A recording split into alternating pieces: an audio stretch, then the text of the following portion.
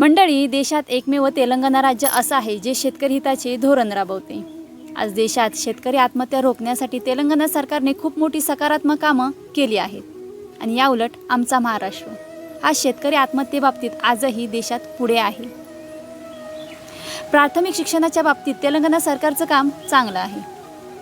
24 मेला तेलंगणा सरकारने खूप मोठा निर्णय घेतला आहे की गुटखा, पान मसाला मॅन्युफॅक्चरिंग, साठवणूक, ट्रान्सपोर्ट विक्रीवरती 1 वर्षासाठी बॅन लावला आहे।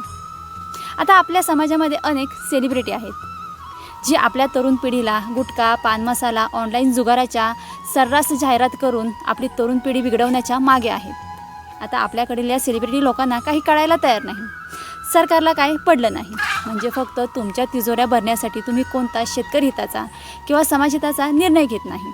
मग आता समाजाला गुटखा खाऊन कॅन्सर होऊ द्या, शेतकऱ्याचे हाल होऊ द्या, मात्र तुम्हाला काय करू?